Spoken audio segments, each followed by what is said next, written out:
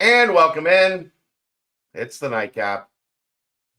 I don't even know if I can call this a therapy edition because I don't know that I'm in the mood for therapy tonight. So we're going to hang out and we're going to see where it goes. But for now, first, this show is, as always, brought to you by our good friends at Galactic Fried Chicken. www.galacticfriedchicken.com. Get the app. They will deliver right to your front door pretty much anywhere inside the 275 loop. Or go down to Dayton, Kentucky, tell them to pump it up and save yourself 15% off of your order. Hi, Aaron. Hi, Chad. How you doing? Oh, I feel like I'm probably in a little bit better of a mood than I was about 3 hours ago. Not by much. Not by much. But a little bit better of a mood than I was about 3 Hanging hours. around family can do that for you, right? Give you a little pick me up. Sure. My daughter I saw her for maybe, I don't know, 5 minutes. She told me that she didn't like my homemade pasta carbonara that I made right when I got home from the game. You tell her to kick rocks? She left. I kicked her out. No. She went on her and her friend are on a haunted hayride tonight. And I didn't have to go because I had to talk to you and work. Well, darn. I didn't get to go get drizzled on in 40-degree weather in a wheelbarrow. Good riddance, you ungrateful heathen. Right. Out. Get out. Get out. We'll get to it, Georgia. All right. Well, Aaron. I made a great carbonara, Keegan. Her friend ate an entire bowl of it. Kelsey just likes to take the good food I make and say, that doesn't taste good. So, yeah, and that's why she got kicked out. I asked Keegan if he wanted to be on the show tonight. He said he had plans, and now he's in the chat. Look, it's fine. Oh, you don't want to talk to Keegan tonight? No, I don't want anything to do with Keegan. He was right. Like Iowa State to win the game. Go away, Keegan. This is on you. You put bad juju out there. Cowardly behavior from Keegan. Yeah. You shouldn't have commented. This is what Keegan hasn't learned, Aaron. He thinks he can just get a shot in on me and I'm gonna take it. Oh no, sir. Oh no. Anyhow. I just didn't want the Keegan victory lap. For what? He was right. Cool.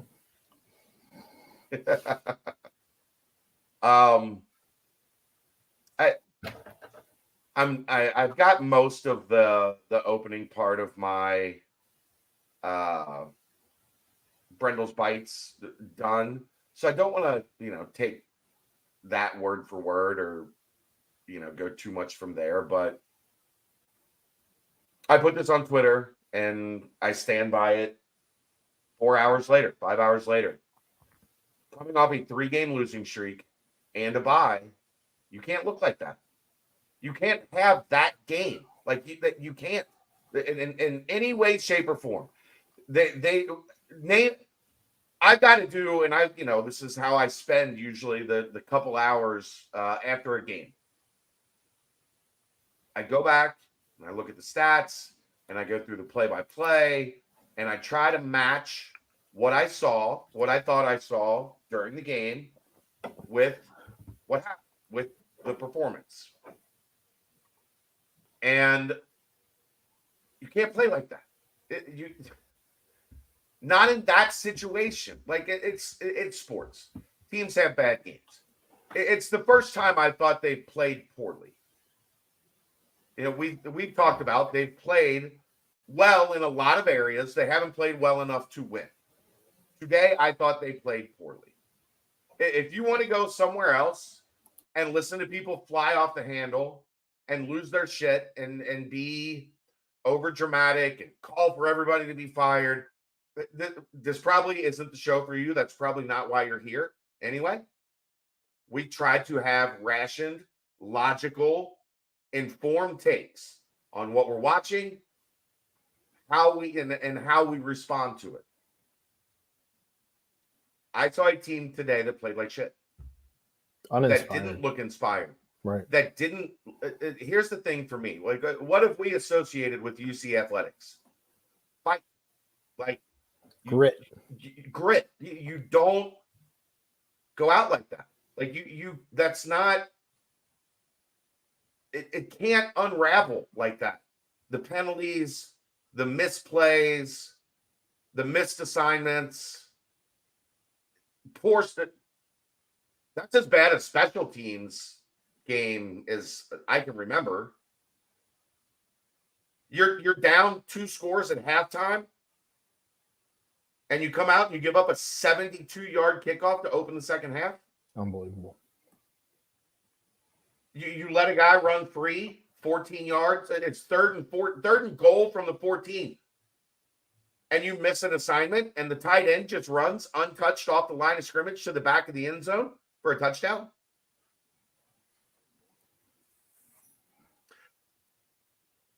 You miss a wide open touchdown on the first series of the game.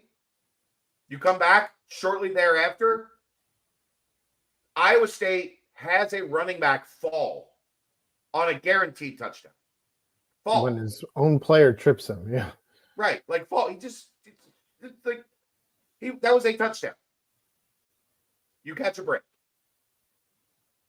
You drop an interception. I'll give them Iowa State credit on the second one because the guy came in and made a play on the ball. You get a personal foul on a third down stop when they're going to kick a field goal. And you let them into the end zone. When they tried not to score. They did everything they could not to score. Even on the other drive on the other end of the field, when the guy had the one-handed grab that he dropped the touchdown, I think it was a tight end. This game should probably haunt that tight end. I believe it was 88. This game should probably haunt him. He had several drop touchdowns. They clown you by throwing a touchdown to a guy that wasn't even on the depth chart at the end of the game. Yeah, that guy they threw the tight end that they threw the touchdown to at the end wasn't even on the depth chart. I don't remember what number he was. Never mind. Okay. You can't, and it felt like as each mistake happened, they deflated more and more and more. Georgia Bearcats, I'm headed to UC for a game for the first time in 52 years next week. Wow. Goodness. You and I both, Georgia. I don't like doing this.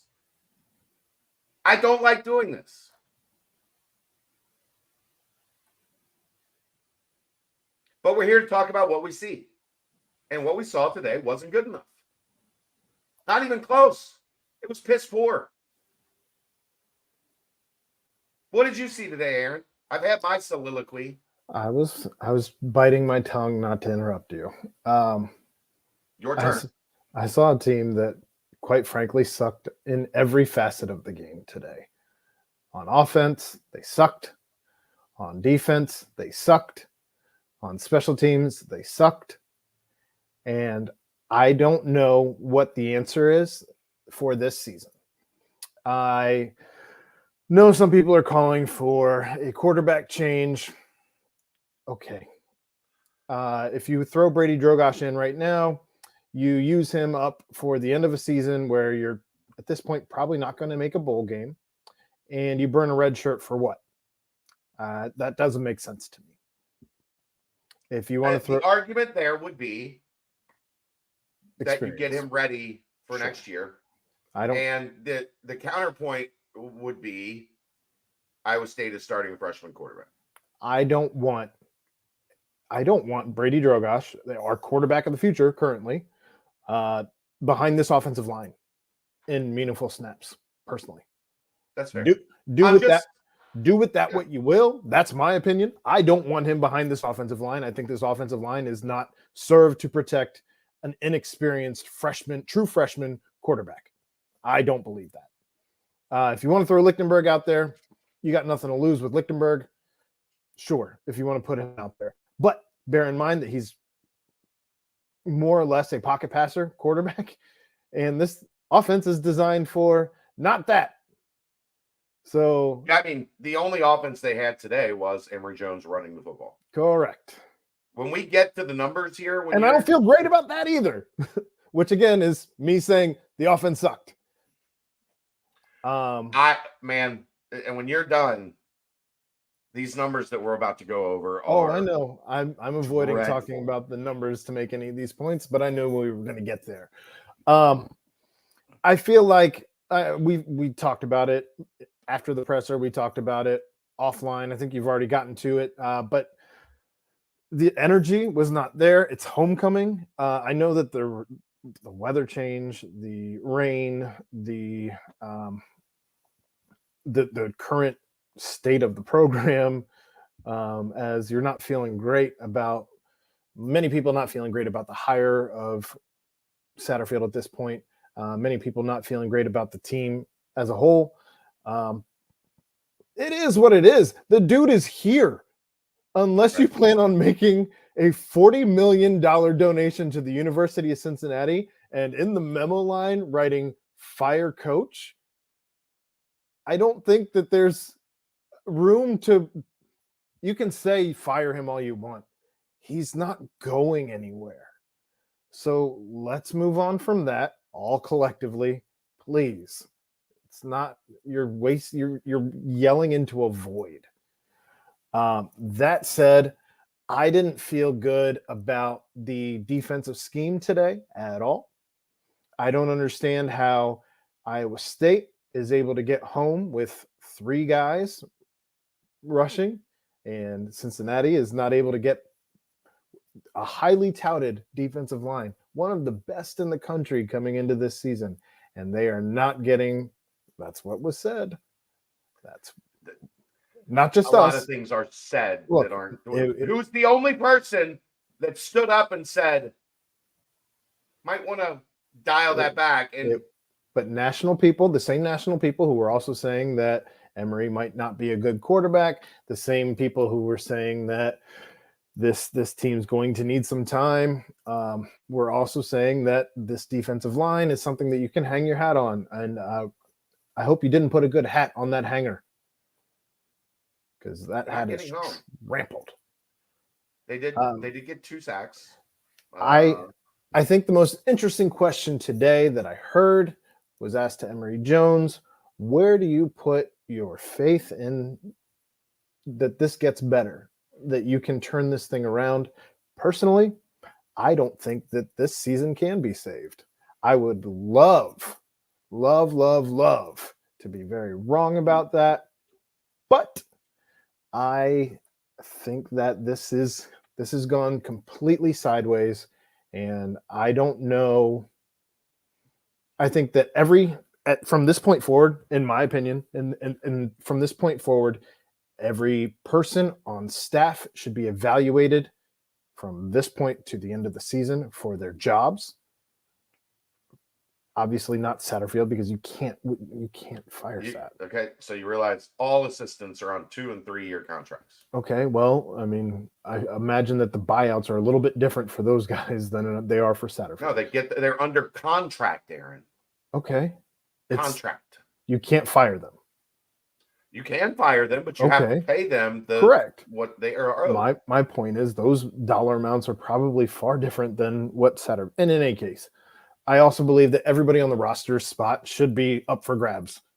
Everyone's, including all of the special teams people, all of them, gunners, returners, everyone.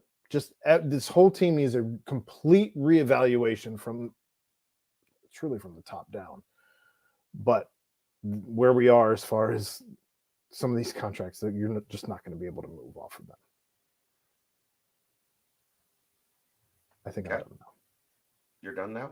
Yeah, just I'm not trying to be screaming at I understand that there's some things that can't be changed. So I'm not calling for those things. And truthfully, I don't know that you can evaluate a guy in his first year, given the time that you had with the portal, given the recruit class coming in. I don't know that you can really evaluate an entire staff 5 months in.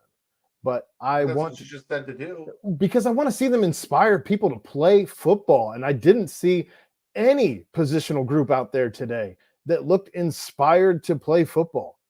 Yeah, I agree with that. I mean, that's what there was just, it didn't feel like there was any life. Where was the fight? Where was, I guess what I'm saying is like there's positional groups or guys in charge of special teams or some different things that you can shuffle around. If Kerry's not the guy for special teams, maybe you have somebody on staff who is the guy for special teams. If there's different things you can shuffle around without even necessarily changing staff. But if somebody, I don't think, I know a lot of people are calling for play calling, and I know a lot of people are calling for Emery and all that. Again, I would like everything to be just reevaluated. I get what you're saying. And it's just my nature to be a contrarian and have questions to your questions. Sure, that's fine. I'm not frustrated with you right now at all. I'm frustrated. No. I'm frustrated with the product that I had to watch today that I didn't want to watch. I was asking another person from the media today, when was the last time that you felt that you saw a Cincinnati Bearcats football game that you just had this feeling that you just didn't want to watch anymore outside of the Fenway Bowl? Outside of the Fenway Bowl, when was the last time? It's been a very, very long time. Probably that USF game where USF was up so big that there was a lightning storm and everybody said, we're just going to get on the plane and go home. And how long ago was that? Is my point. 2017. All right, that's 6 years. We had a long time of good football, but for the Fenway Bowl, which again, extenuating circumstances, and then this, whatever this was today, because this was not a football team that I have invested time into. This was a travesty. I just never felt like, and I was paying attention to a couple things today. Like I always point back to, you've heard me talk about this a bunch of times, Kobe Bryant in the Houston AAC championship game. When that offense or that defense came out the first two drives and looked flat, remember? Houston's, I don't know if they scored 2 touchdowns or a touchdown and a field goal. I don't remember. But they marched right down the field on the first 2 drives. And Kobe Bryant called the entire defense together.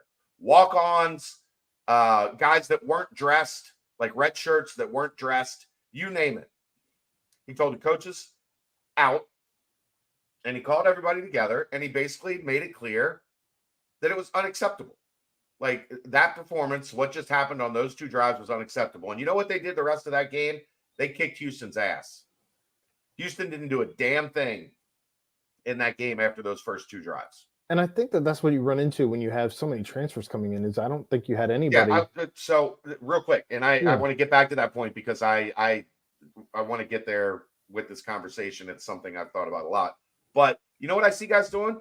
I see guys just like going back to the bench and sitting down, and like in their position group, and the coach comes in. Like how huddles work, and like when a defense comes off the field.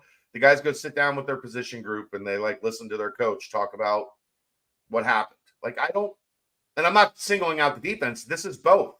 When guys come off the field, they just kind of walk over and sit down. Like that's not a good sign for where your team is at mentally in any way, shape, or form. Now go back to your transfer thing. I'm sorry. Well, I was just going to say, I think that's part of why you don't have these instilled leaders who have been here to talk about rivalry games and to talk about like the guys who have been here. It's not that they don't have leadership qualities. I don't want to take anything away from the guys who have stayed leadership here on the is roster. Earned. Correct. And I think some of the guys like Dante has it's been a well talked about point at this time that he wasn't a vocal leader, and he's still learning how to be a vocal leader. And neither is Juwan. Correct. He's he'll talk to you. He'll talk your ear off, but he's not necessarily a vocal leader. He's not a fire and brimstone guy, right? And some of the guys who are that, I don't know if they're picking up some of that slack. Like I could see a Brian Threats being that guy. I could see a Deshaun Pace being that guy, but have you earned that spot at this point in time? On the other side of the ball, you have one returning starter. Two, if you count Peyton Singletary. Well, Peyton Singletary wasn't a starter. Well, Josh Wiley and fair enough. Lenny Yeah, Taylor fair enough. Just the fact that he was even on the team last year, I guess. There's like four. Yeah. Of those, yeah. Go ahead. I don't know. It's just I think that's part of what happens when you have so many transfers, though, is you lose some of the guys who have the blood, sweat, and tears equity built into the program, and that's unfortunately just part of this. Yeah, and Bearcat 9948 says think Dingle can be that leader in a year or two.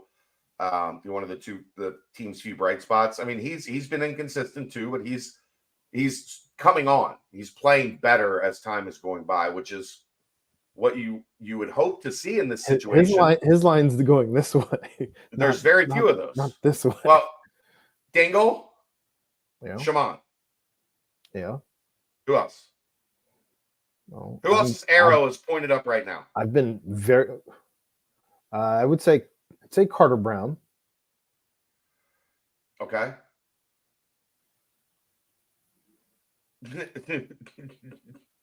That's one person on each on each facet of the game. A special teamer, an offensive player, and a defensive They're player. 8.5% of the way there, Aaron, on each side of the ball. It's rough. It's rough sledding right now, though. Yeah, but you can't come out. You can't come out of the team. Yeah, you can't come out of. I envisioned a team coming off a bye, coming off a 3-game losing streak, that was going to come into that game ready for a street fight. That was going to come into that game ready to drop their gloves and get into a fight. 5-minute major, be damned. And I didn't see it at all. I didn't see that hunger, that we are not losing again. We're at home. We're against a team with equal talent. I think right now, Iowa State and Cincinnati are about equal. Which is the crazy thing. Iowa State played significantly better with that equal talent. That has to be a concern. That has to be on the board of things that you're concerned about. And there's a list of them. It's quite a list of them. But I just didn't see a team that hit somebody late out of bounds. I don't care. At this point, show some fucking life. Be ready for a fight. Be ready to be the aggressor. I did not see a team that wanted to be the aggressor. I saw a team that was just out there to play a game. I saw a quarterback who did not make a read past his very first check down read. I'm not sure that outside of initial read, check down, run. That's who he is right now. That's it. And I venture to guess how many times he even checks that initial read at this point. I think he's just going check down, read, run. But he's coming off of it very quick. Is part of the problem is you have to allow a guy at the times to show that he's going to be open. If he's on the outside, and I wonder how much of that is him in his own head after missing that deep ball, because God, you can't. You're a 6-year veteran. You missed a pass. I agree. It was the sixth play of the game. But after I know you're not calling me out. Yeah. Yeah. I don't know that he passed the ball more than 7 yards after that. And guess what? That guy was running 3 yards free. At least. It looked from up in the box, it looked close to 10 yards free. I mean, I was looking more at where the ball and where the ball landed, so I didn't see the. Yeah, I was looking. You had a better view than that. Yeah, he looked 8 to 10 yards free, and he overthrew him by a good 5. I mean, from where I was, it looked 3 or 4 yards. Inexcusable. You know, I love that word. What else do you call it? It's bad. It's bad. You can't. Guy running wide open to the end zone. You got to Put air on it. Let him run under it. Like, and I he understand can readjust 5 yards back to the ball at that point. There's nobody near him. I understand him saying that he was irritated that he wasn't allowed to stay in the game to fight to the finish. Bro, you had 100 opportunities today to fight to the finish, and instead you threw to the flats and you ran, and that was it. So here we go. You ready for this? Sure. Emory Jones, 14 of 26, 96 yards passing, Ugh. 1 touchdown, 2 interceptions, really 1, but 2 interceptions. The long play was the 20-yard touchdown pass to Shaman up the seam. On a rushing. I know we disagree here, but on a gadget play. Because you had your tackle look, yeah. You had your tackle out with the wide receivers. Yeah. Anyway, go ahead. Emory Jones, 15 rushes, 82 yards, gained 2 sacks for a loss of 10. So a net of 72 yards for Emory Jones. That is 4.8 yards per carry. Okay. Given the rest of the offense, spectacular. Corey Kiner, 11 carries, 34 yards, a long of 6, 2.6 yards per carry. Ugh. Miles Montgomery, 4 carries, 9 yards, 4 carries for 8. Excuse me. A long of 5, 2.0 yards per carry. Receiving, Shaman, 4 catches, 13 yards, 43 yards, 1 touchdown, long of 20 on the touchdown pass. Braden Smith, 5 catches, 37 yards, a long of 19. D. Wiggins, 1 catch for 11 yards. Nick Bauer asked, "Are we complaining about the gadget play? Is the coach making creative play all to try and boost his struggling offense and work beautifully?" I completely agree. We're just disagreeing on what we call a gadget play. We had that was a conversation we had off air. Yeah. Chad said it wasn't a gadget play. I thought it was a gadget play. I thought it was a great play, but I'm just saying that it was a score on a gadget play. Not it took a gadget play for us to get in the end zone. Was my point. My stance on gadget plays is when you like. To me, the gadget play involves the ball like flea flicker or like double reverse, flea flicker. Yeah. And like that to me, that's a gadget play. Like when the ball is moving. So that was I did want to clarify on that before we move completely off. Yeah. That was just Aaron and I having a differing of terminology. We do that all the time. Daily. Aaron just likes to make stuff up and like he has his own language. I have my own. My best friend is a 1-year-old. All right. That's fair. Aaron Turner, 1 catch for 4 yards. Miles Montgomery, 2 catches for 3 yards. Corey Kiner, 2 catches for 1 yard. Xavier Henderson, no catches for no yards. They played him really well. Yeah, you knew they were gonna. Yeah, like, he was bracketed all day. Yeah. However, those stats are terrible.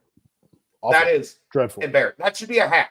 That's what a half should look like. That should be what Cincinnati did to Miami, but it wasn't. Nah, whatever. My Cincinnati should have done that to Miami. Yes. Okay, great. Good. Awesome point. Furthered the conversation immensely. It's not good enough. I don't care what it is. This offensive line or the quarterback or guys not getting open or quarterback not making progressions or bad play calling or I don't care what it is. It's not good enough. Like figure it out. Try not to say it too many times. I don't want to get us in trouble. I don't know. You said it yet. I've said it twice, I think. You just don't hear it come out of my mouth now because normal. It's my favorite word. It's just normal vernacular from you. It's fine.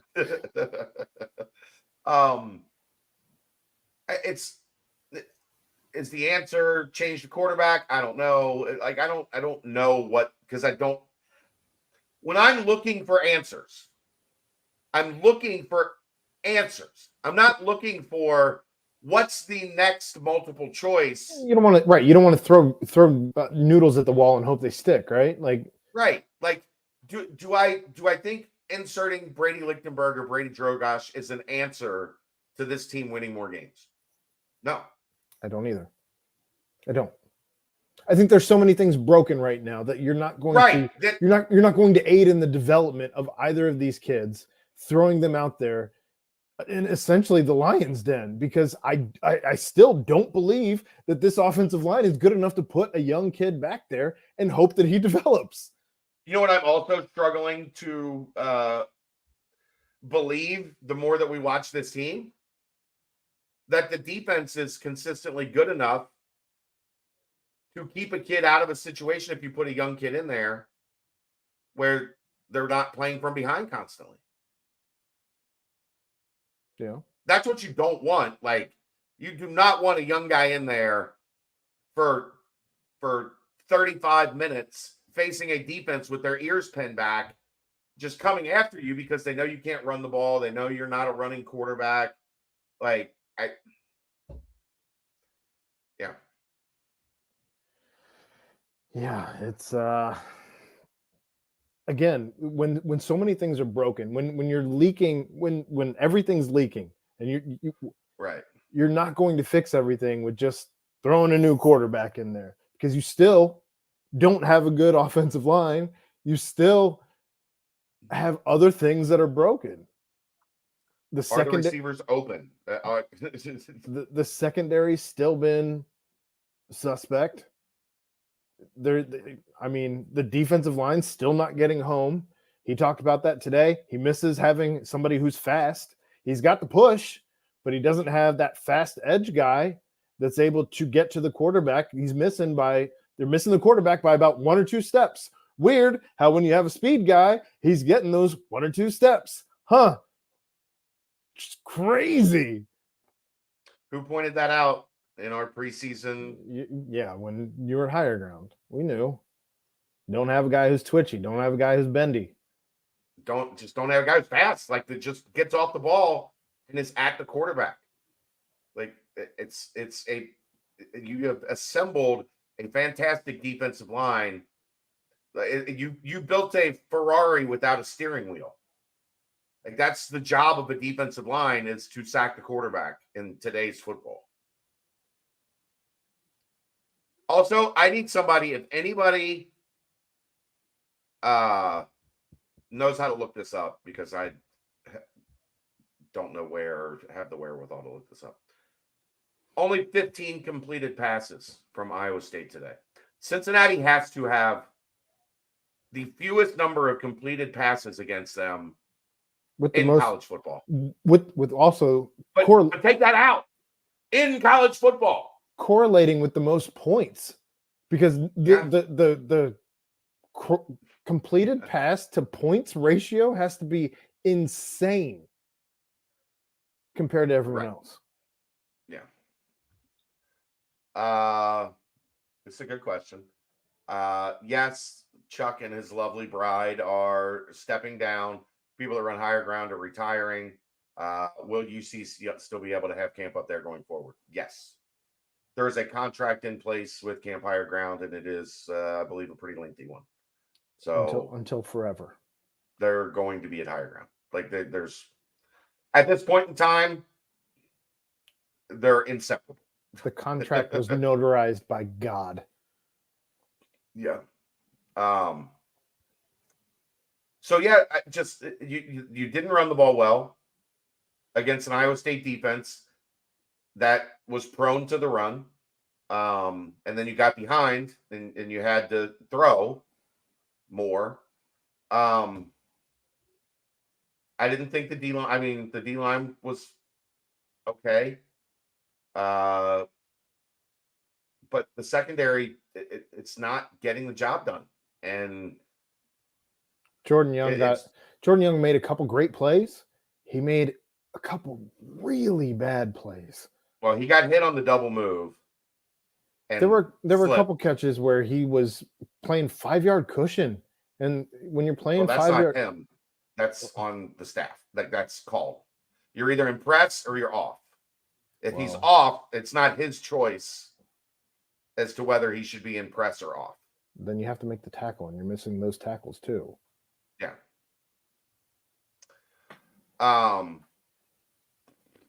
And it's shocking to me that, like, you knew exactly what Iowa State was going to try to do, and they did it. Like, there was very little resistance in any of it. No, the only thing that Coach even mentioned in his postgame that he saw differently was just some of the things that they ran in covering Xavier Henderson from, if I remember correctly. He said something about the 2 deep, but instead of it being 2 deep, they had one safety playing over Henderson. Yeah. And they're in that 3-3-5, like they're gonna shade to the guy that you Is feel your has the best biggest receiver. chance to Yeah. damage you. Yeah. Yeah. I don't know. Well, we hit the century mark. Thanks to you, Hi, 100. everybody. Thanks to you, 100 knuckleheads who are in here, still wondering what the fuck we just saw today. Yeah. What's going on with Sammy Anderson? He is not cleared medical to be back on the field. That's all Let me I ask need you to guys say. again. That's all I can really say. But let me ask you guys this. They talked about Sammy Anderson being their best defensive back throughout camp. Don't you think if there's any chance they felt comfortable putting Sammy Anderson back on the field, that he would be back out there? I like Sammy a lot. I understand that he wants to be back on the field. If they could get him back on the field, he would be back on the field. He had a head injury in the Louisville game in the Fenway Bowl, and a head injury in the first game of the season against Eastern Kentucky. This medical staff is not new with Coach Satterfield. This medical staff has been here for quite some time. And this medical staff is not very often called into question. I know you yourself have dealt with injuries that you've had to deal with with this medical staff. You trust this medical staff so much. I go out of my way if Kelsey has a sports injury to I didn't take know her. I didn't know how much you wanted to get into it, so I was Well, no, trying to be but very vague. It's above board. Like, it's a I doctor's understand. office. I had to go and check her wasn't in. my story to tell. I know, but like, we take her to see this staff at UC Health if she has an issue. Like, they are outstanding at what they do, incredible at what they do. If they felt Sammy Anderson was safe to put back on the field, he would be back on the field. I don't know what else there is to answer as far as that goes. That they're holding him out because they don't like him. Like, what do we? Sammy, and to Sammy's point that he made today on Twitter, X, whatever, Twix, Instagram. I don't know where he made it. I just saw it. Twitter. He wants to play. Sure. That he's a football player. He's a football player that was having a great camp and finally getting to be starting outside corner and coming into his own and getting that. He was a 4-star, getting a chance to finally live up to that potential. And now he can't get back on the field. There it is. Well done, Keegan. And as he said earlier, Penn State is number 1 in the country in pass efficiency defense. Right. Cincinnati is 75th. There it is. Anyway. That part is wild to me. It doesn't make any sense. No. But yeah, especially on a team that's struggling in the secondary, you're not going to keep the guy that you touted as your best guy on the secondary all throughout camp. You're not going to hold him out. Right. You know how we fix this? We hold out our best cover corner. Yeah. It makes a ton of sense. The medical staff is doing what they're paid to do. Sammy wants to play. So those things are going to butt heads. He probably would have been wise not to air it out on Twitter, but sometimes frustrations bubble over. I get it. It's not really the time or place where you want that to happen, but yeah, not ideal, but no, it is what it is. It is what it is. And if they don't start winning, you're quite honestly probably going to see more of that stuff bubble over. Yeah, that's my concern right now. Is you're dealing with a bunch of guys that we talked about this a little bit. They don't know how to lose. They've never, like, most of that locker room, counting high school, has never lost 4 games in a season, much less in a row. Yeah, so you got a bunch of guys that want to win, but right now kind of lost their way on how. And I think today was an avalanche of that. Like, it does make me wonder, Aaron, how much of this is just playing through games where you are the better team consistently and losing, and then you stop trusting your ability, like and maybe that would explain the mountain of errors today, at least a little bit. But to me, it doesn't explain why you don't come out there and just say, okay, we're going to try to run over you today. I didn't see that. I saw a team that was like, we're going to play. We're going to do what we can. That's concerning. It's concerning. I feel like the run game should have been able to do that. And that should have been a tone set by the offensive line, but I didn't see the offensive line look like a bunch of guys that wanted to bruise people. I didn't see the backs look like guys that really wanted to churn through. Like, I remember there was a sequence sometime in the second quarter, and it wasn't anything special at all. It was simply just Iowa State handed the ball off, and they fell forward and got 5 or 6 yards. And I looked at Brent, and I said, why can't we do that? We're getting 2 yards, not falling forward for 5 or 6 on a nothing play. It was a super vanilla, just handoff right up the middle, 5 or 6 yards. But I would have loved that. Line's not pushing their defensive line off the ball 5-6 yards. Would have loved to have just one of those today, and I don't feel like there was really any of that today. No, I can tell you there wasn't, because Kiner's longest run was 6, and Montgomery's longest run was 5, and those were impressive runs for them on the day. And it seemed that Emory had to fight for all of his yards even. He's spin moving and juking and all of that. And I did feel like they tried to establish the outside zone with the backs today. And I don't know why we weren't. If you're running a 3-3-5 or 3-3-5, run it up the middle. They're not stacking the box on you. Run it up the middle. It just seems strange. Sab, you've made your point. I get it. Saying it over and over and over and over and over and over and over and over in the chat is just going to get you like out for the rest of the show. You've made your point. It is acknowledged.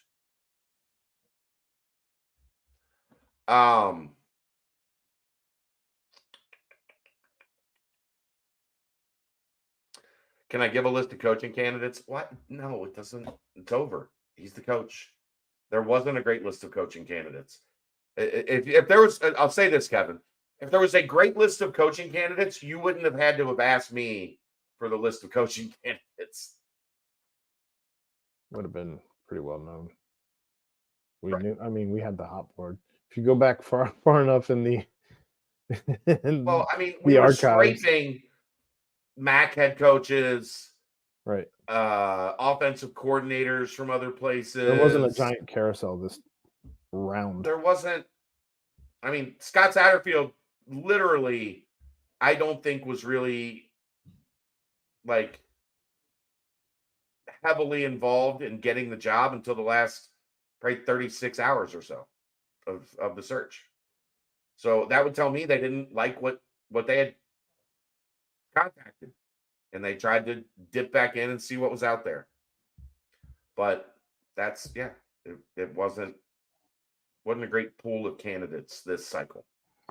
I don't know. For me, I want to see guys fighting for the extra yard. I want to see guys fighting for their spots, and I don't feel right now I'm seeing any of that. It just seems like today almost felt like a walkthrough, and I don't want a game to ever feel like a walkthrough.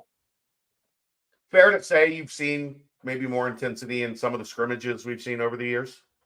I saw more intensity in some of the scrimmages that we've seen this exact team have at higher ground. That wasn't what we saw at higher ground was more intense than what we saw today. And I don't know if Emery's seeing ghosts right now because this isn't even the same Emery that we saw at higher ground. If that was, I would have been far more concerned about this season than I was going into it. You know what I mean? Like, I don't think either of us walked out of Camp Higher Ground scared shitless that Emery was going to be putting us into positions like he did today. I don't know. We would have been at that point saying, why isn't there more of a quarterback competition? Right. I think the even if we hadn't been outright saying Emery's not the guy, we certainly would have danced more around the topic, and it wasn't ever something that was a discussion. It was just kind of right.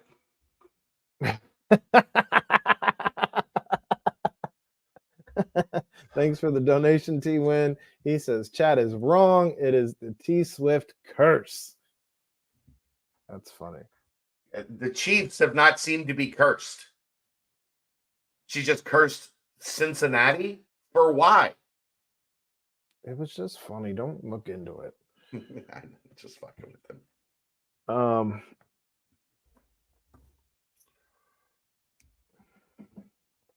I mean, I think that's a fair take, Daryl.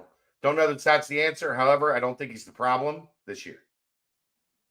Yeah, if we're running into the same conversations next year, then look, I'm not saying I won't be on the fire coach train next year if we're having these same conversations. But I don't think you can judge somebody to fire him on a 4-year deal, I believe. What? 6-year deal?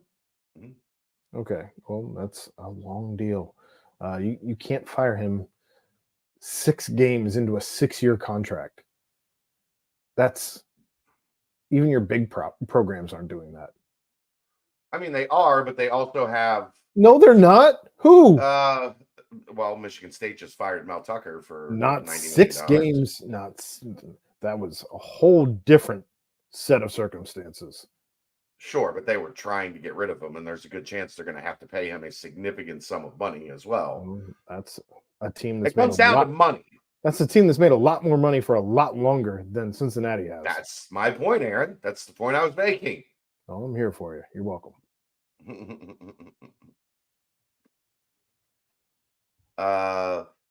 Teams regressing. It's not the same team from the Pitt game.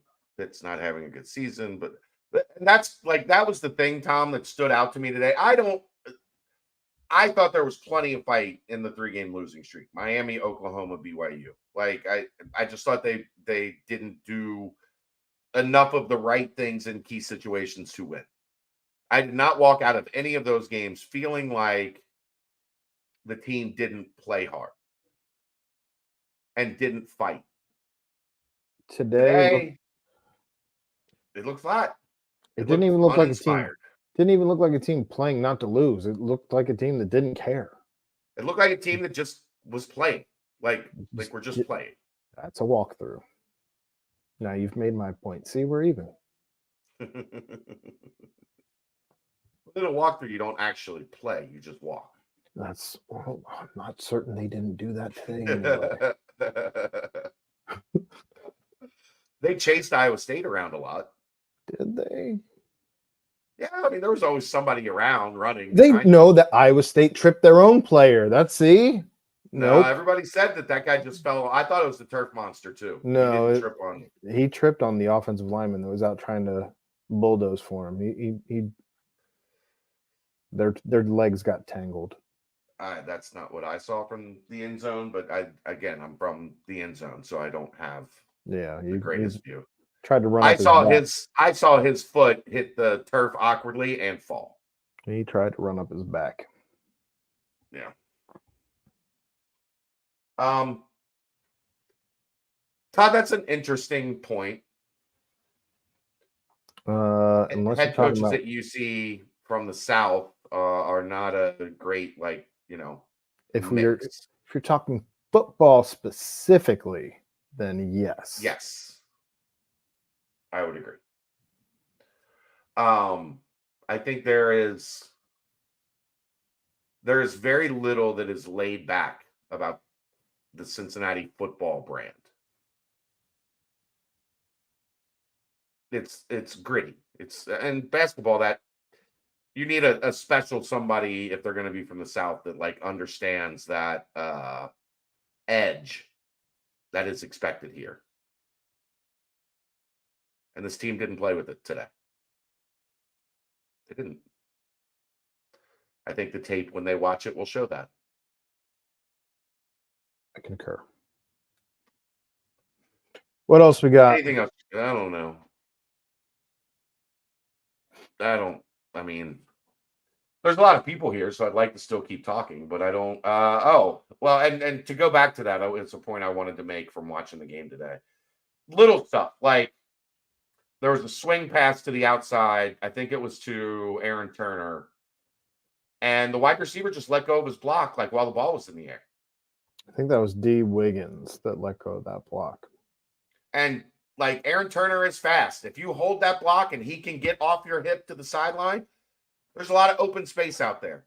And instead, he exploded the play. Exploded the play in the backfield. Yeah, lost the 3. It's stuff like that. You got to want to take that guy and just keep riding him down the field until that back gets over your hip and gets outside. So, yeah. Did we have a lot of recruits at the game today? I know I saw BearcatJournal.com. There is a list of recruits that were at the game today. There you go. And then alumni that did you see out there? DeGuara. I didn't run into a ton down on the field. I saw Josiah, talked to Josie for a few. Saw Hayden Moore. Thanked him for, being part of us. Tony Pike. Yep. Tony was there. Tony and I chat a lot during games. We voiced a lot of frustration together today. That might be the list. Yeah. I'm sure there were a bunch more there, but I didn't see a ton in my ventures today. 24 recruiting trail look like. We still recruiting Midwest heavy. I believe there's 21 kids in the 24 recruiting class. You can catch that on BearcatJournal.com. Not really Midwest heavy, Midwest and South heavy at this point. But yeah. Where the connections are. Tom, that's the extra week to prepare stuff that hurts the most. It does kind of bother me. What that was what a bye week, a post bye week looks like. Those guys should have been frothing at the mouth to get back out there, end the losing streak, and win at Nippert.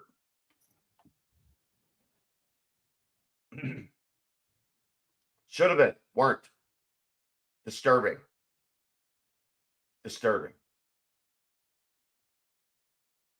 Tom says, I see a roster with holes from Fickle moving on, trying to throw it together. This isn't the AAC. Satterfield gets a pass from him this season. I mean, I think that's probably the correct perspective to have. I was thinking about this today, and correct me if I'm wrong, which you normally do anyway. I correct you when you're right. Oftentimes as well. How many guys, though, did Satterfield bring with him from Louisville? Because by Braden Smith, Dorian Jones, Braden Smith, D. Wiggins, and Luke Kendra. I think that's the list. Yeah, Luke. I mean, that doesn't happen a lot anymore. Luke only took 4 or 5 or whatever from here. Coaches just, for the most part, they have like a couple guys that they, The point I'm trying to make though with that is you had Luke took some of his guys, so he took who he wanted that he thought was Power 5 ready. And you had Satterfield come in with 4 guys. And then everything else was at that point at the back end of the transfer portal, whoever was still available. What did you want? Like, what did you expect with a roster that is largely guys that Luke didn't take with him to Wisconsin, and that, I mean, this team wasn't. They didn't just come. They didn't come with Satterfield from Louisville so that they knew the system. I get what you're saying. Yeah. Well, but you also had a team that wasn't competing for an AAC championship last year, and you got everybody else's leftovers at the end of the transfer portal. This is the ugly reality that nobody ever wanted to talk about after the 9 guys to the NFL draft. That's a lot of talent to replace. I mean, in 1 year, in 2 years, in 5 years, like, it was an awesome ride. And those guys were, he did. Not going great for him though. No, losing to Iowa, 15-6. What a Luke Fickle score. They gave Iowa scored 8 points. Iowa scored 8 points in the fourth quarter, Aaron. Field goal, safety, field goal. There were so many punts. There were so many punts in that game. God, there were so many punts. I think I saw a thing that said Iowa had under 100 or 150 yards. They had under 100 yards passing. How many yards punting?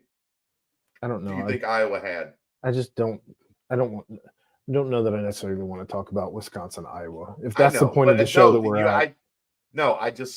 I need an answer on this. How many yards punting did you think Iowa had in that game? 350. Plus 500. Over 500 yards punting, and they won. Getting back to my point, though, again, I just wonder what a crazy stat. Yes, it is. But there just wasn't a ton of talent. I agree with people saying that this talent is better than the record shows. I wholeheartedly agree. 2 games they should have won. They should have beat BYU. They should have beat Miami. But I don't believe this game or this team, as it is currently constructed, despite who would be coaching here, would be much better than with this roster. 4-4. You're kidding me, Daryl. You're kidding me. Did they? I guess that's the current score. I don't know. I know that it was tied when I came in here at 14.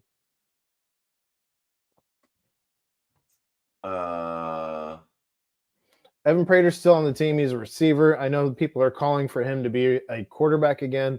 From my knowledge, Evan Prater can't throw the ball very well due to his shoulder injury from last year. So he's not an option at quarterback. It is the end of the third quarter, 31-21. Pitt has scored 17 unanswered. Seems they found a quarterback who can throw the ball. Maybe to the new tight end. Well, not really. The quarterback's 11 of 22 for 169 yards. Nope. And that's an improvement though. Yeah, it is. It is. And then they only have 75 yards rushing. But yeah, wow.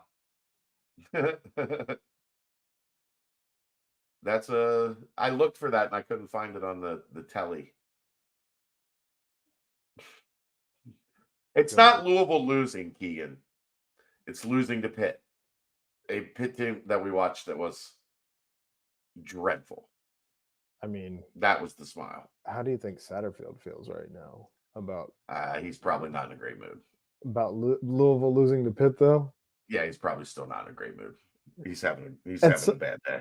At some point this week, though, he's going to have a chuckle to himself if they lose. Probably. Probably. But we need to, I don't know.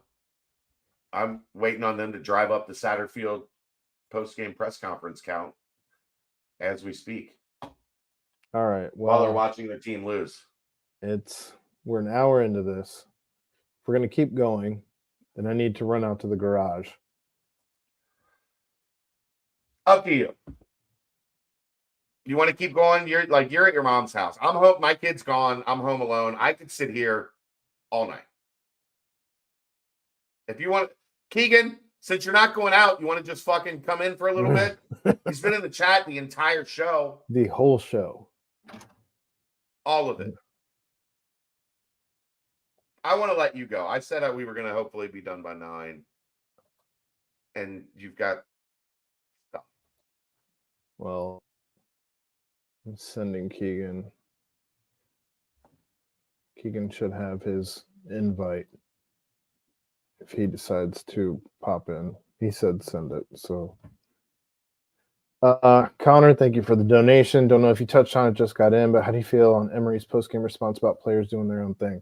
I think that most people took that out of context. It was completely a direct question when asked about the Sammy tweets, and that is how he responded. I don't know what else you expected one player to say in that specific situation about another player airing the team's dirty laundry. Right. And it's again, the guy, and it's not even dirty laundry. It's the medical staff doing their job, because right. If something serious were to happen to Sammy out there, and he wasn't cleared. You have medical standards that you cannot sway on. If they aren't passing certain tests to get back on the field, you can't put a guy back on the field. And if they put a guy on the field that isn't passing these tests, they're liable. Not a good look. I think I answered that about as eloquently as I could have in that. You did. And it's, what exactly do you expect Satterfield to be able to say there on Sammy? And then asking Emery about it, what's he going to say? I thought he said about the best thing that he could have in that situation. The only other thing he could have said was no comment. Probably would have been best. But again, we want people to answer questions in press conferences until they do. And then we don't like what they say. Well, everybody's ready. Everybody's ready to get rid of Emery anyway. So it's only like the 4th year in a row we've dealt with everybody wanting to get rid of the quarterback. Since Dez. This is life after Dez. No, including Dez. Including Dez. There were many that, like Ben Bryant until the last year, 2022, they kind of left him alone. Or 2021, they kind of left him alone. Yeah. But even in 2020, people were like, I just don't think he's the guy. Well, that was the year he played through the shoulder injury after Ohio State. Yeah? No, that was 19. Was it that long ago? My goodness. That was when people really wanted him. Then, like that. No, I'm trying to go hang out with my family. I can literally I turned off my background noise. I'm hoping you can't just hear a discussion. No, I haven't heard in the living room. All right, good. No, I miss Ben Bryant. You only miss him from the one game he had at Northwestern with 4 touchdowns. I'm not sure he's done anything since then. Otherwise, I feel like we would have heard way more about that on In terms, how about this one? I Twitter hate doing sphere. this because I love Benny, but Emory's worst QBR game would be like the 4th worst game that Ben has had this year. So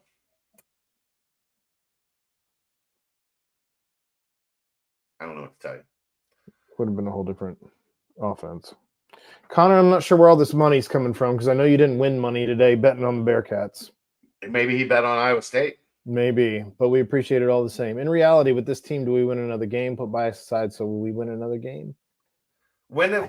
First off, that insults me, Connor, because we don't speak with bias. I don't speak with bias. I will take the criticism fairly. I don't.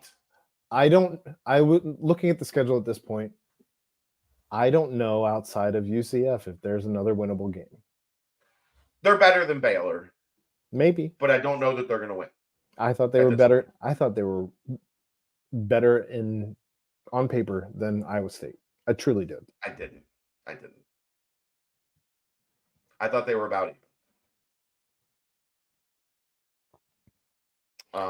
T-Win, they have vastly improved the food up in the press box today. We had pulled pork. No, I'm sorry.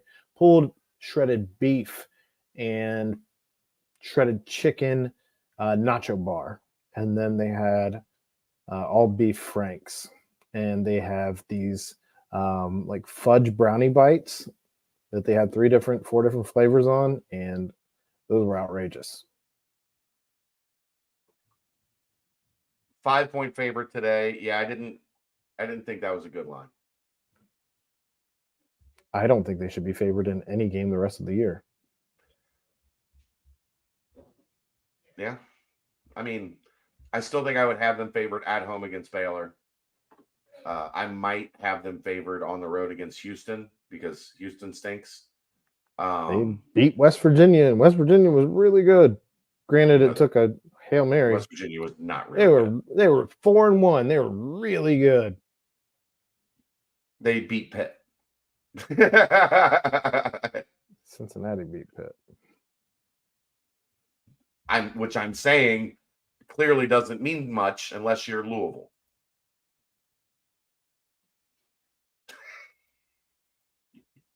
I was kind of praying for that one all week, and I don't really pray, but I wanted it to be Louisville so bad. He's driving me nuts. He's cleaning up his kill room. He wasn't expecting to not have. Oh no, he's not in the kill room. He's not in the kill room. All right. Well, I don't want his victory lap, so I'm going to kindly say goodbye. Oh, you stay for at least 1 minute. I got this thing. You give him 30 seconds. Hey, this wouldn't look. I'm just going to say this. This wouldn't be a thing if you didn't call him out in the prediction article. All right. Well, I'm here for all the snark, so you can talk shit about me after I leave. See ya. You act like I'm this person that wants you see to lose, and like I hate Cincinnati. You're a Trojan horse from IU. You don't even understand what it's like here. You went to Wright State. Yeah, but I'm not a Trojan horse. Well, see you later. I thought you had plans. The rain canceled it. So I was going to go to Kings Island and watch my girlfriend dance in the show, but I couldn't. So. Okay. Well, you're here now. Mm-hmm. Give me your thoughts. Give me Keegan's exit interview on today. So I remember this, and it took me it took me off guard because it's what you've been talking about 3-game losing streak and coming off the bye week. But from the moment they entered the field from the locker room before the game, it looked like they didn't want to be there. It was just kind of jogging, and then, you go to the student section, you give them some high fives, and you go to the sideline. Like, this is homecoming in front of 38,000 fans who you've given very little reason to be there through the past 3 games. And it was like you said, they showed up to play a football game. So, and I said to Scott Springer next to me, I was like, it doesn't look like they want to be here right now. It didn't look like that at any And- point. Like usually there's like a fight or flight that kicks in, right? Where like you just you've had enough and you stand your ground. I didn't see any ground standing today. I just saw a bunch of dudes that were content to, like, you know, get off the field, go back to the sidelines, and wait for the next, like, you know, next set of downs or the next possession or whatever. Like, nobody was up, nobody was animated. Like, I just didn't get that that vibe that they came for a street fight. I don't know how you, like, and I know put it on coaching. Fine.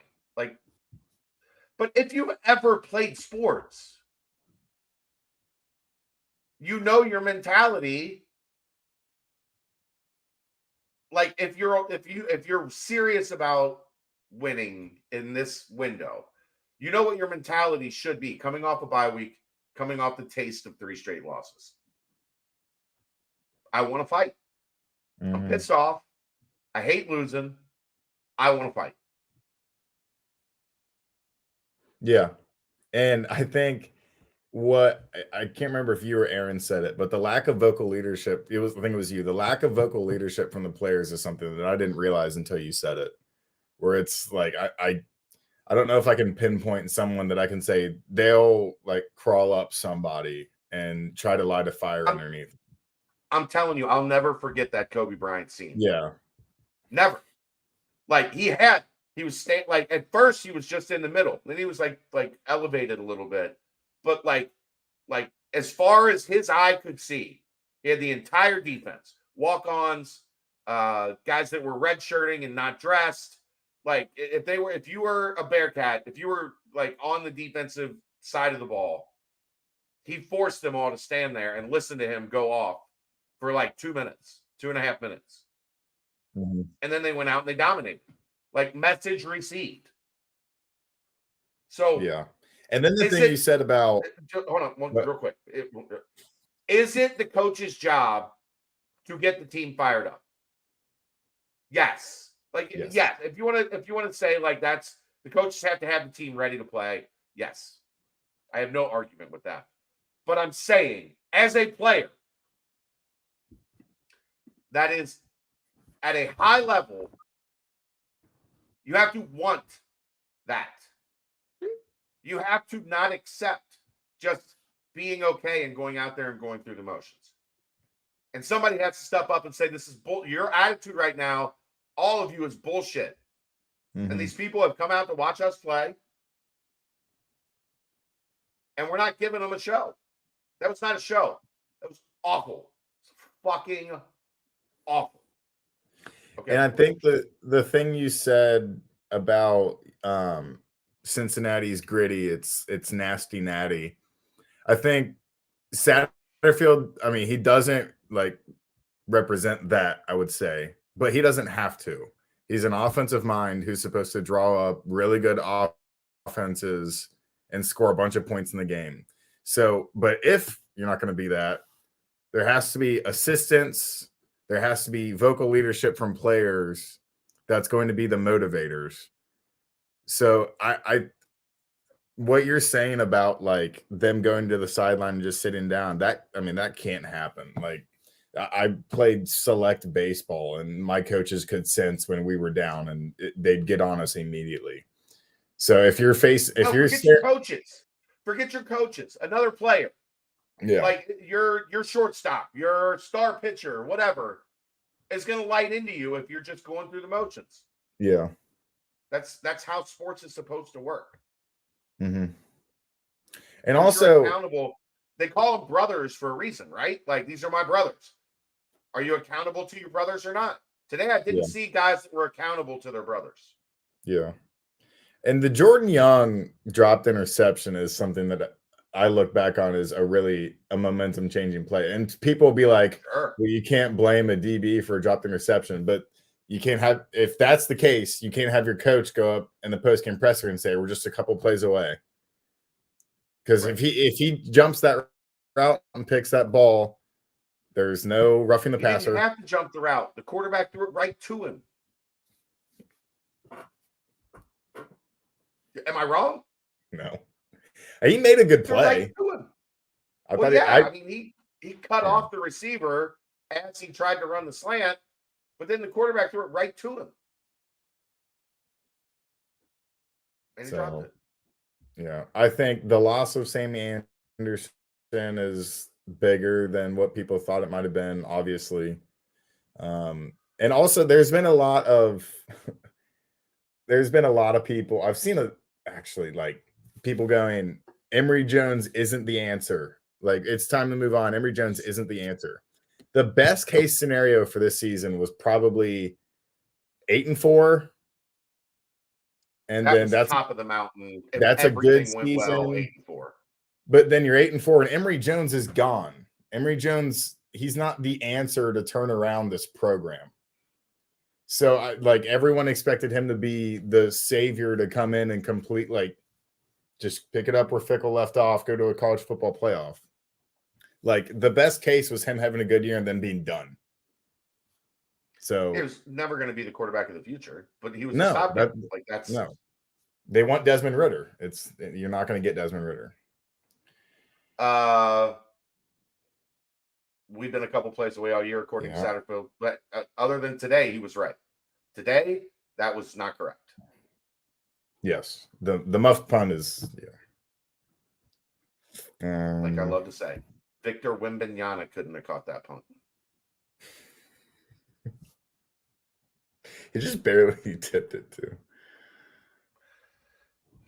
Lichtenberg got a few snaps and the game is out of reach. How close is the battle for QB2? It's Lichtenberg. Like, Drogosh is he was number 3. Like, clear number 3 coming out of game. Number 2. It's not his job to be number 2 or the backup right now. Yeah. Keegan, from your point of view, thank you again, Connor. You are far too kind. Do you think this team is currently bought in? It didn't seem like it today.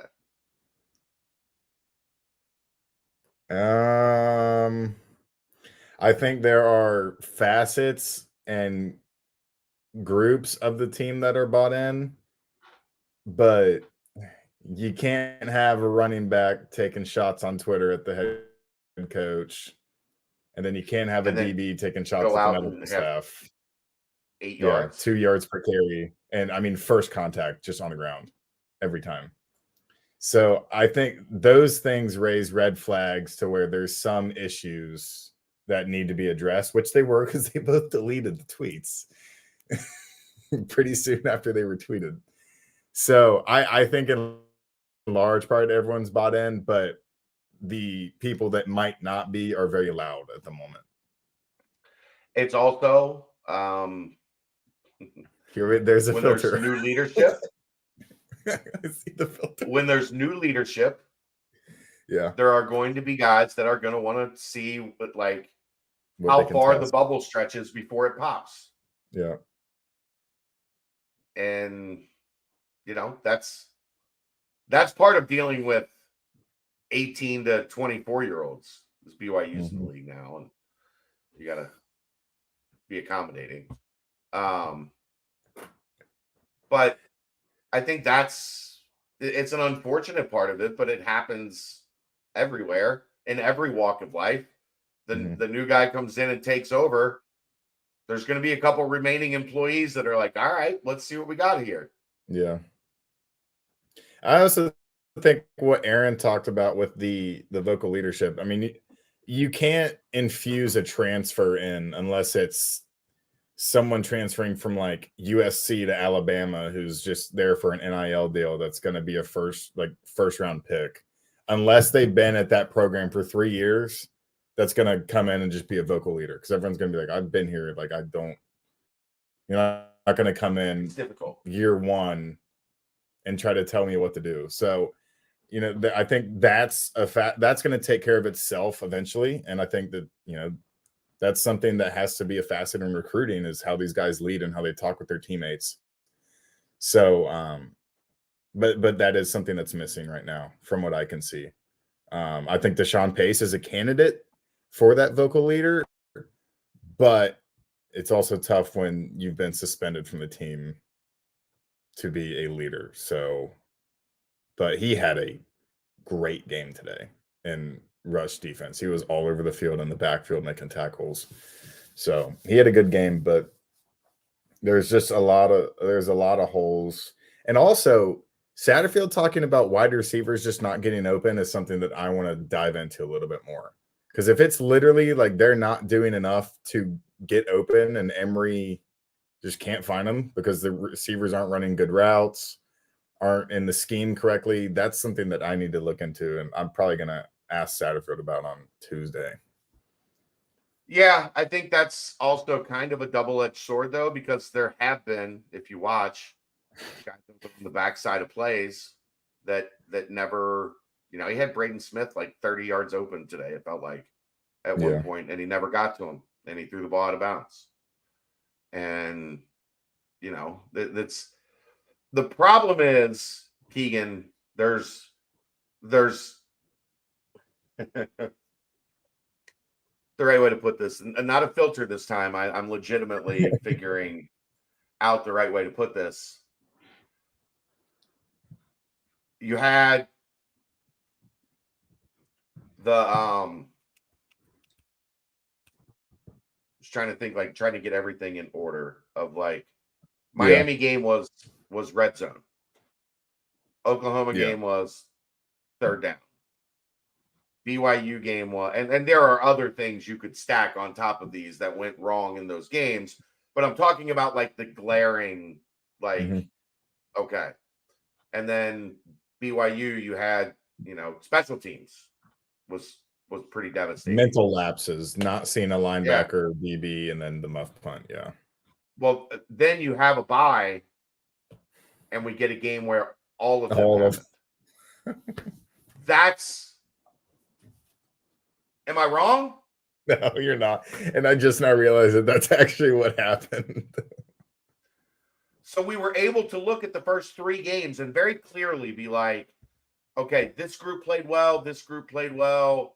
There were some issues here. And if they didn't fuck up this one specific or 2 very small specific things, there's probably a different outcome. Boom, boom, boom. All 3 games. You go on a bye and you come back, and the fuck ups are everywhere. Yeah. You can't hit the quarterback late on 3rd and goal ever. In the head. In the head. Ever. What, you can't do it. You can't. You can't try to jump, touch a punt, by the way. Just reminding people with one hand. You know what you're not going to do? You're never going to catch a punt bouncing over your head like this. I'm not over it. I might never get over it.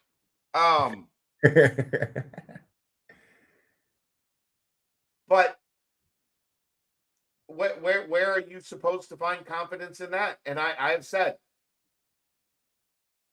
this game, Baylor at Oklahoma State, have to win 2. To go bowling, have to win 2 of the 3. And Oklahoma State just beat Kansas today. So Gundy picked a quarterback. He had 3 quarterbacks at the beginning of the year. They're both 4-2. Okay, Oklahoma State and West Virginia are 4-2, and they face each other next week at like the top of the Big 12, basically. The layer below Texas and Oklahoma. They lost at home 33-7 to Southern Alabama. That's crazy. Oh, I want to know on that one too. The only thing I can think of, Keegan, I can only think of one thing.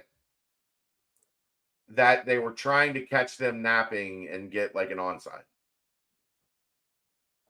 I think it could have been on purpose because you were consistently giving them 60 yards on a kickoff. Okay, So at kick it out of least you're bounds. in. Kick it out of bounds, and it's 5 yards better than what they did.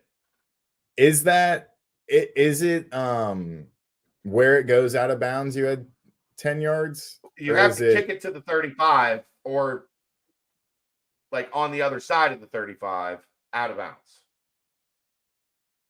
And then it goes to the 35. maybe the onside? I don't know. It was 10 yards. They gave him the ball at the 45-yard line.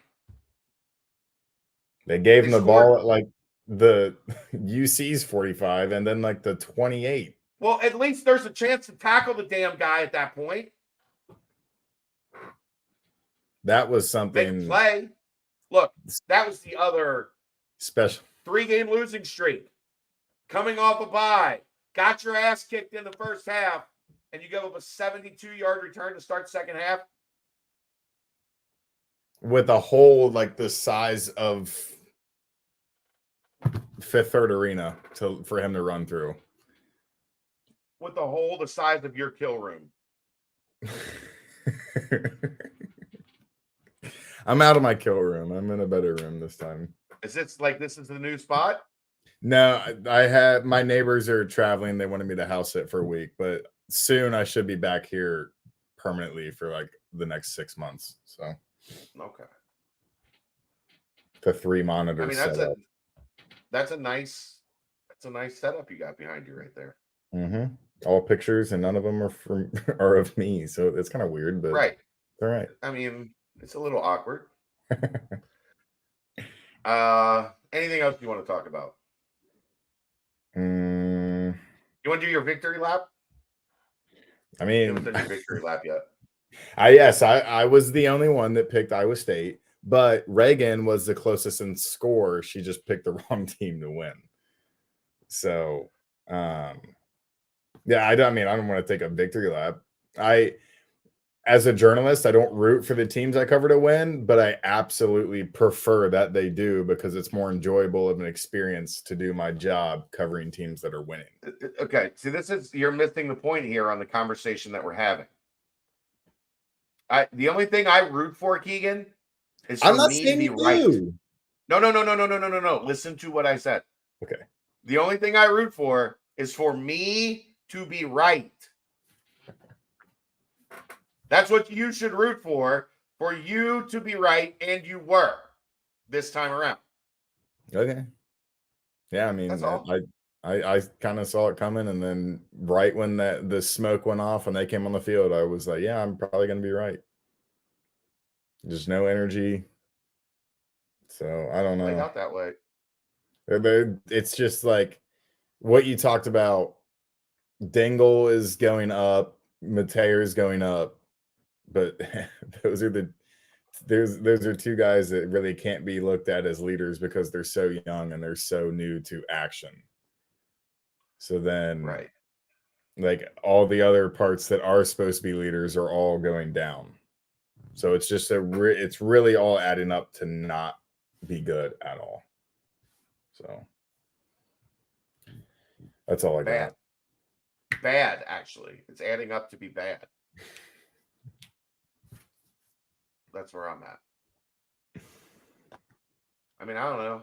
What else you want to talk about? You want to talk about anything else? Or we still have 80 people here. So you know me, if there's a bunch of people here, I still want to talk to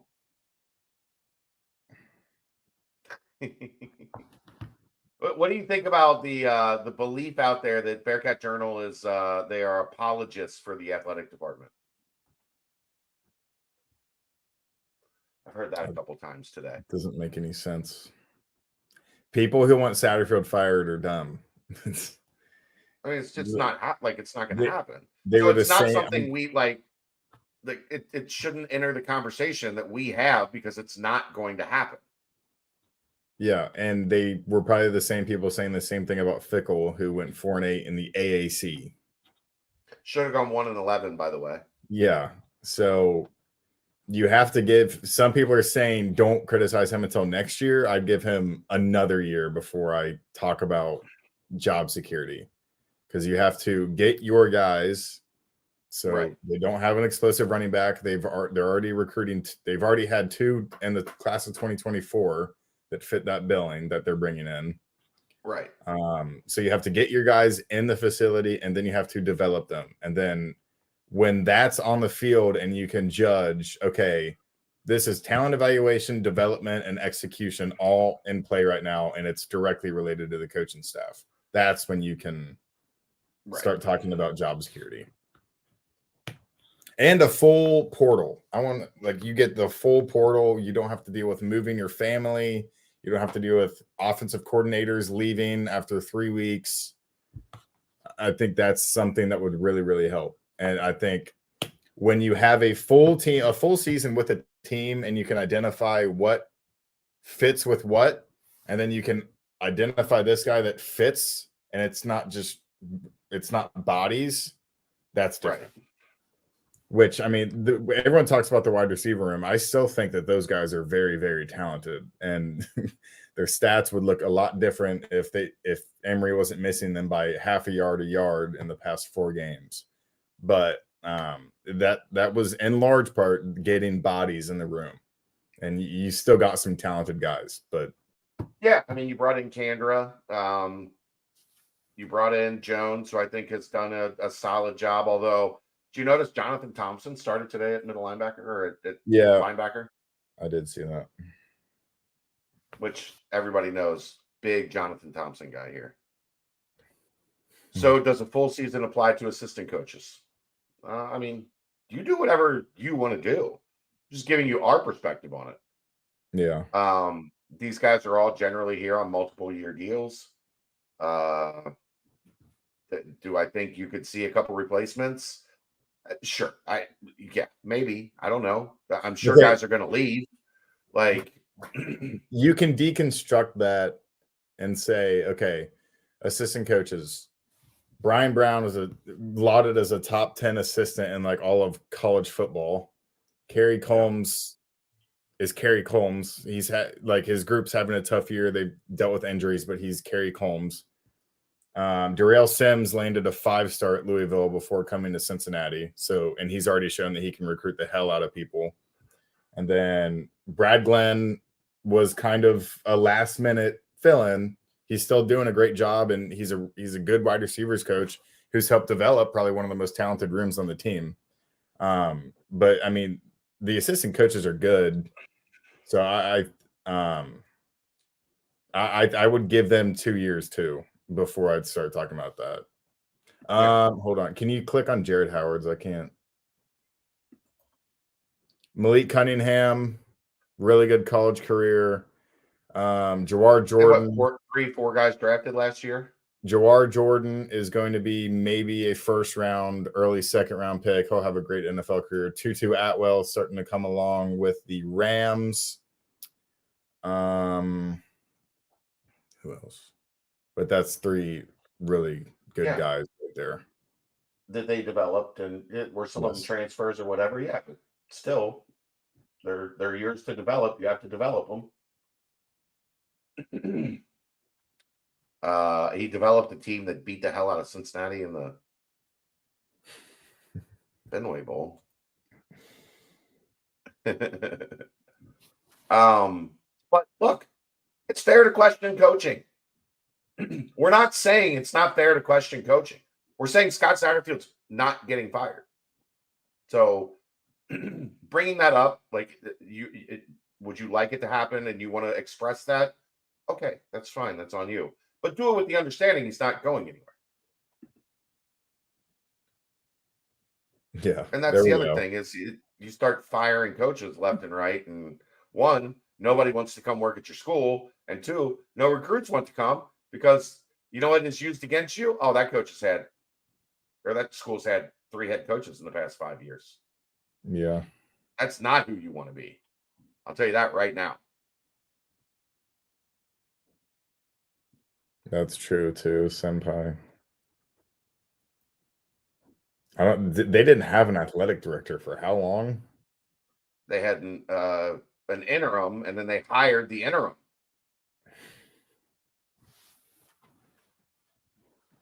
So yeah, and they're dealing. I mean, their go-to sport is basketball, and then they were dealing with all that basketball stuff. So right.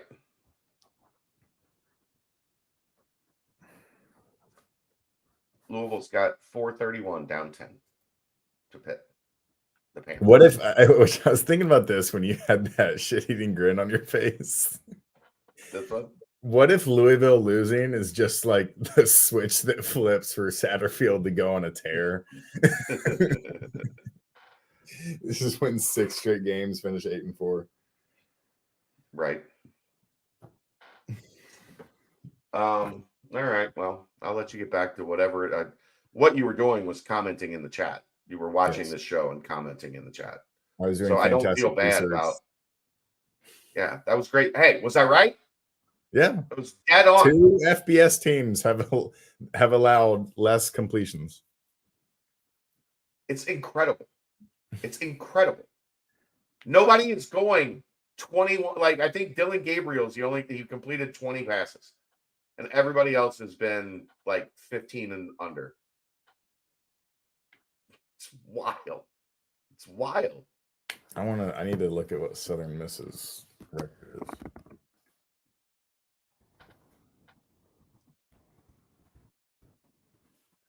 Long pass by Emory in the first half could have changed the game.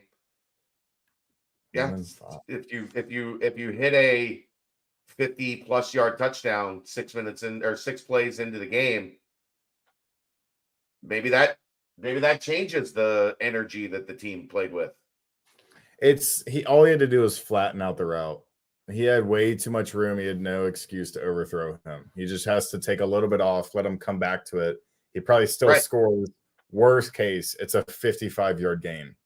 Throw it to Shimon. And you're in the red zone. What were my that's keys? A positive, right? Someone asked what my keys were. It was Shimon Mateer first read, pressure the quarterback. I can't remember what the other one was. Whatever. Shimon was the first read. Way more often than not today. Like we're getting to a point where not only is Emory Jones looking for Shimon, but the head coach is dialing him up as well. I said make them beat you through the air, which I kind of did. So, I mean, but I did say that the QB worried me because you could see him getting better. You could see him getting more comfortable and improving.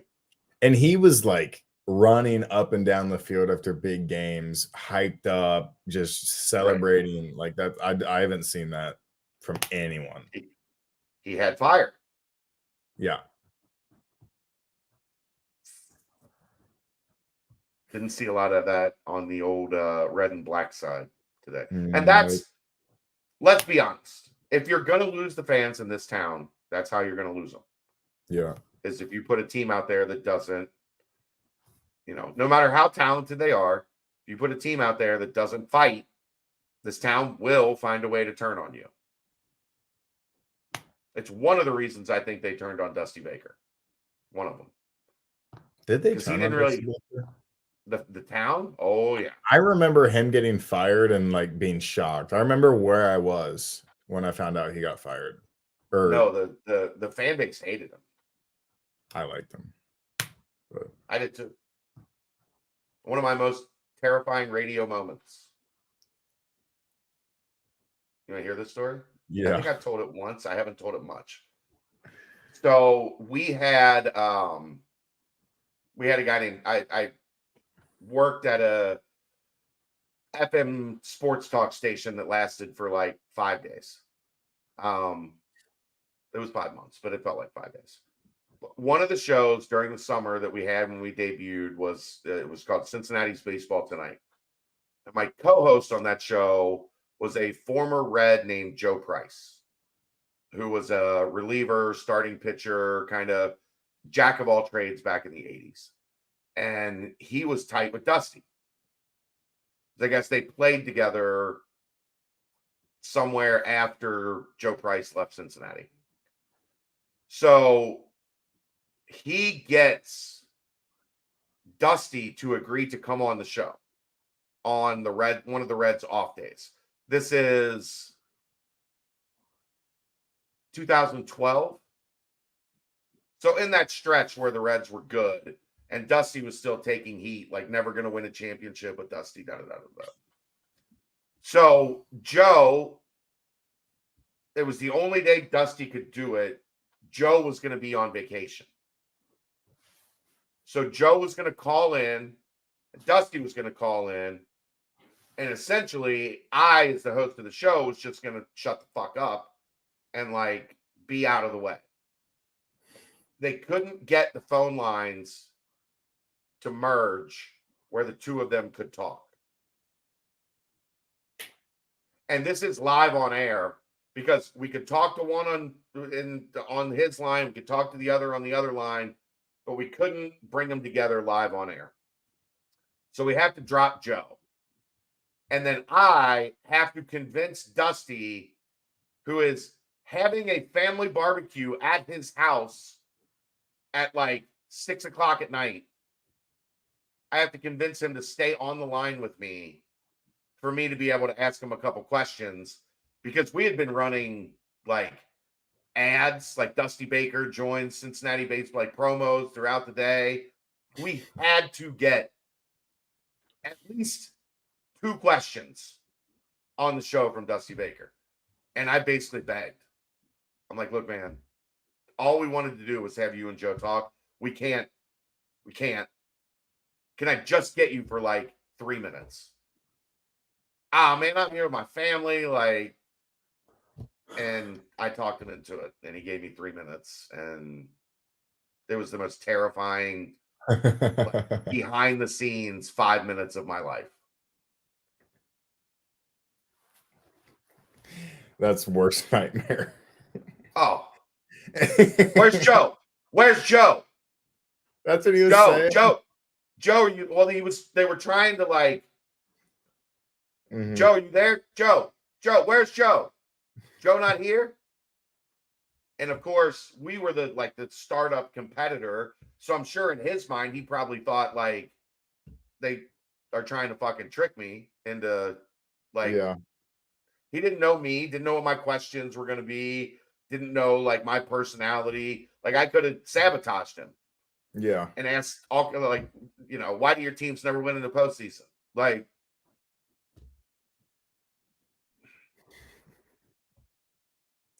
so yeah, that was one of the most difficult like moments in my radio career. And from then I was just like, man, if I can get through that, I'll be fine. I got the 3-4 minutes out of them. We got our little promo stuff that we could use to cut up and, whatever, make it work. But he was not happy in any way, shape, or form. Not even a little bit. Yeah. But yeah, this town didn't like Dusty at all. Like they forced him out. But kind of like that, like his team, and it was the guy like Jay Bruce and a young Votto, and like those teams weren't like rowdy. Cueto, Homer Bailey, who was an asshole, but like didn't want to fight anybody. Chapman, yeah. So I think it's kind of, that's who this town is. That's what this town wants. They did not get that today.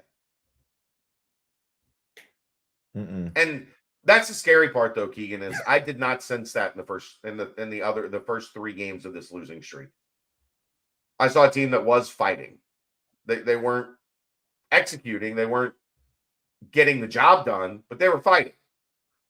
And I just saw a team today that was content being at the old ball yard for a couple hours. Do you see anybody pissed off walking off the field today? You're down there. No, because with like 3 minutes left, I just decided to go in the press conference room and proofread my recap. So I didn't see anyone walking off the field. Did you? It's just guys walking off the field.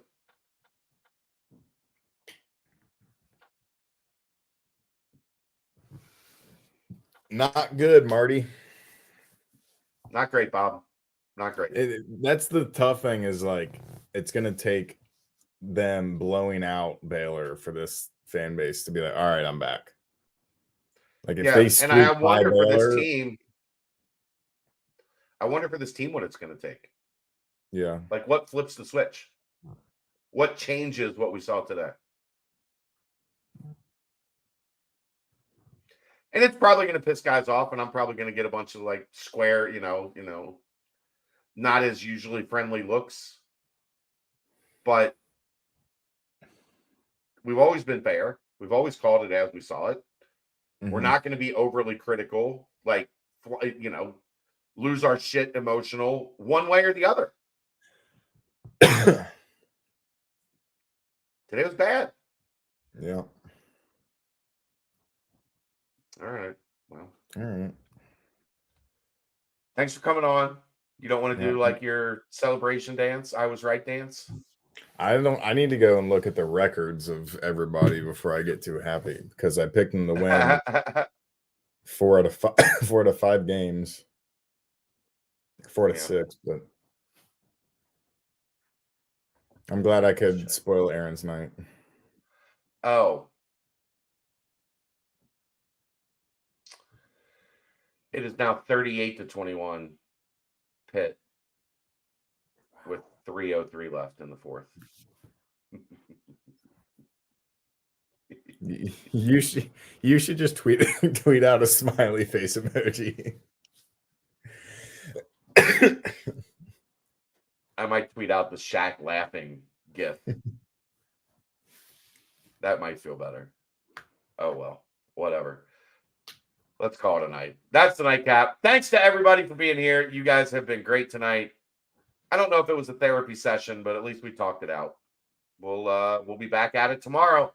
This is the nightcap, brought to you by Galactic Fried Chicken, right here on BearcatJournal.com.